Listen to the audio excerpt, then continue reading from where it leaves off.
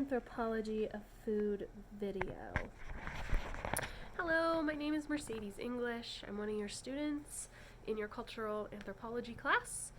I want to start out just by apologizing. I'm a little bit sick right now and I'm extremely congested, so I probably sound horrible and I don't look the greatest right now. But despite not feeling very good, we're getting this project done. So the location that I chose was Peru, because I've had a deep love for Peru for a really, really long time. It's somewhere I've wanted to visit for a really long time since I was a little kid. I want to hike up to Machu Picchu. Haven't made it yet, on my bucket list. Hopefully one of the next travel destinations that I'll make it to. But when I had Peruvian food in Aruba, when I traveled there, I had this dish called Aji de Galina, is the best that I can pronounce it. So that was the one that popped into my mind very first when I first started doing research about this project, and I wanted to try and create it. So first, food procurement. This was a very simple recipe. It required pretty much everything I already had in my kitchen.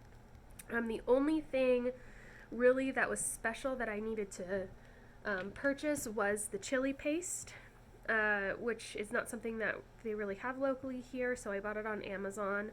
It was $8.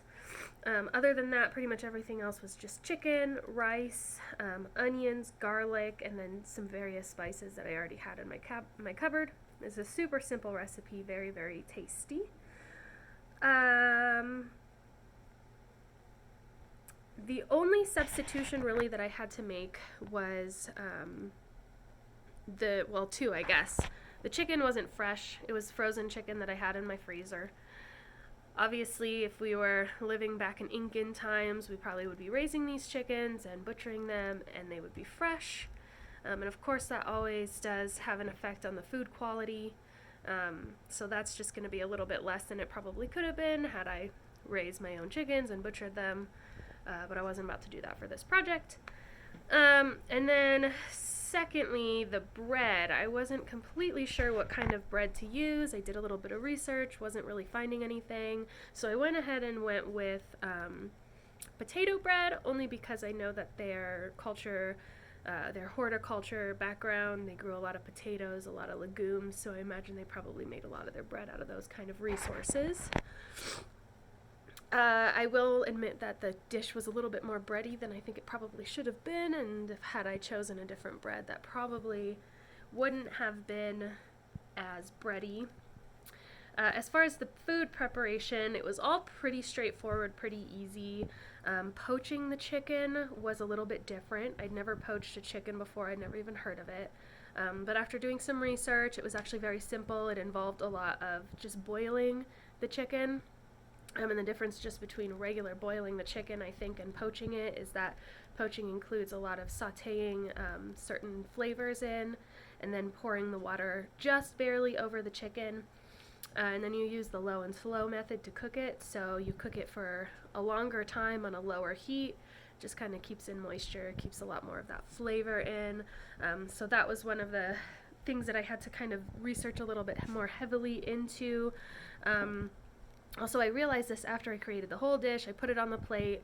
Two things. First, when I soaked the bread, I thought it was supposed to be soaked in the kind of chicken stock that was made from poaching the chicken.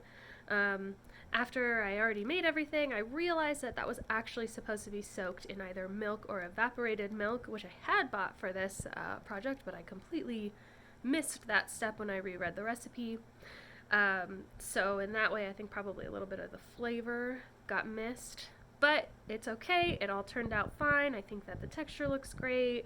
The color didn't turn out quite as yellow as I expected it to, even just in comparison to the picture.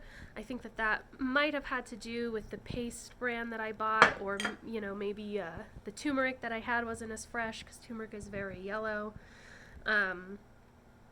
But those were kind of the struggles that I had while preparing the food. I did do it by myself. I live with me and just my roommate. She has a boyfriend. You know how that goes. She's not home a whole lot. I do a lot of cooking by myself. I do a lot of cooking for her as well. So I didn't have any help making this dish. And she was actually not home while I was cooking it. She just got home, and she's getting ready to go out and do some other stuff. I think she's shopping, Christmas shopping, or doing some other things today. So as I was making all of this and preparing it for the video, she's been doing that. I just set the table. I told her that I'd start recording my video and then I'd call her down. It's a little embarrassing to record videos in front of people sometimes. So in the Peruvian culture, I tried to do some research. I couldn't exactly find who at the dinner table is served first, but I can say that in doing some research and my reading, it sounds like the Peruvian culture is very similar to an American culture, like a fancier maybe dining place. They expect you to have your napkin on your plate, on your leg. You put it on your lap. They don't want any elbows on the table. If they offer you food, it is rude to not take it. In that way, I feel like they really cater to the people that they're hosting, so I would imagine that they would let the people they're hosting eat first. So those were the things that I was able to find out traditionally for Peru. As far as setting the table, so because I do live with my roommate, she works from home, so our kitchen table is actually, I don't know if you can see it, it is it's an office. So she has her computers there, she has her phone there, she does everything at the kitchen table. So we actually 100% of the time eat at the coffee table, as you can see. So I set this up in a way that really works for my family, I guess you could call it. And because I do live with my roommate, I do not live with my immediate family. She is going to be the one who is going to be eating the food and giving us her opinion about it. Emily, we're ready for you to eat. Okay, she's coming down.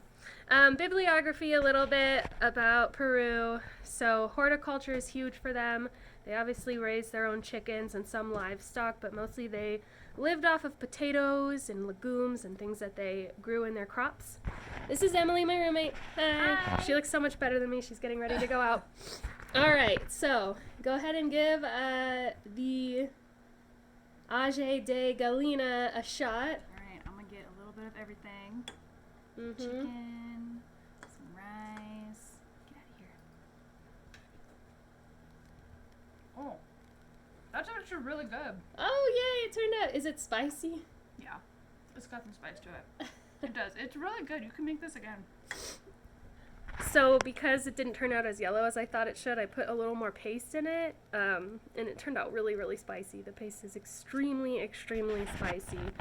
But it sounds like we like it. It's good. It's a winner. It's really good. Also, I think that it's a little bready. She doesn't know what it tastes like originally and how good it was when I had it in Aruba, but I think that's probably going to work to my advantage. But yes, all right, so that is the video project. Hopefully I covered everything that I was supposed to cover on that. Again, my name is Mercedes English, and thank you so much. It's been a really fun class.